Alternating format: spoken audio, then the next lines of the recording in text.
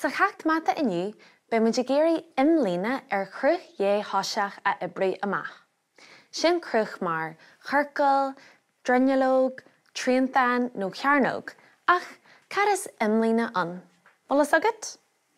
Is sé sin ná an fad atá thart imil crutha dhé thosaí. Mai go leor. Saola go bhfuil do dhead a géirí an ghardaí na dhéanamh níos fearr, agus ba mhaith leis patio a thógáil. Ach leis an patio a thógáil caithfidh sé cad pleanála a éirí. Agus le sin a dhéanamh caithfidh muid imlíne an patio a ibriú amach. Drunnealóg atá géisteach in seo. Tí tú fad na drunnealóige sin 7 méadar agus leithid na drunnealóige sin 3 méadar. Tá coppla dóigh leis an imlíne nó an imil thart an drunnealóg a ibriú amach. An céad chochramáid atá agin le sinna ibriú amach, thug go linn dhéanamh mar seo. An fad, cur le céile, an leithid, cur le céile, an fad, híosaigh bun, cur le céile, an leithid an tíú eile. Sin chochramáid a bhain. Mar sin an céad ad sin 7 méadar, cur le céile 3, cur le céile 7, cur le céile 3.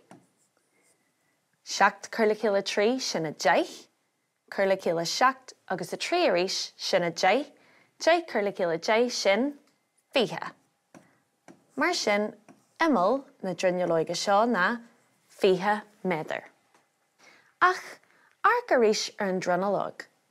An bhecinn tú go bhfuil na sleasa cuartha seo an ad chéarna, tá siad chó ad. Mar sin tá chochramáid eile is féidir lena úsáid chun an imil nó an imlíne a ibriú amach. Thugaileann scríú mar seo. Dá agus idir lubanní, an fad cur le céile an leithid.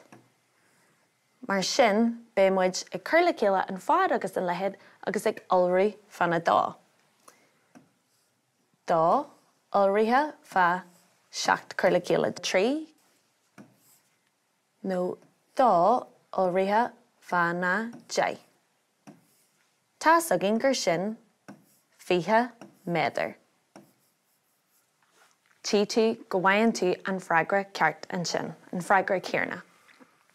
Nes, ceist eile agam ormh. Saola go bhfuil cilíonn agus a chéile a géirí patio a thógáil sa gardín fásta, agus ba mhaith leis an tógalaí cinnte go bhfuil go leor blocaí aige chun an patio a dhéanamh. Bunaimid isid as an chochramáid atá arolalas agin. Sin dá agus an fad cur le céile an leithid idir lubanní an sin.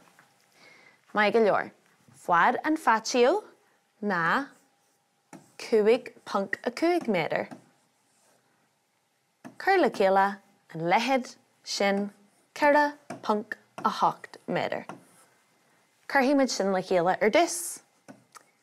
2.5 cur le céile 4.8. Nis, 2 cur le céile 8 sin 30 ar 2, curthaimid an punt an seo, agus in sin 2 cur le céile 4 sin a 9, agus an haon bag sin a 10. Anis, caithimid 10 a olraí fanna dá. 10.3 a olraí fanna dá.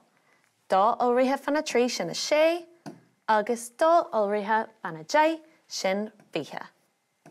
Mar sin imlíne na drunnealóige seo ná 20.6 méadar. A méid tú haon abalta imlíne de drunnealóg a ibriú amach?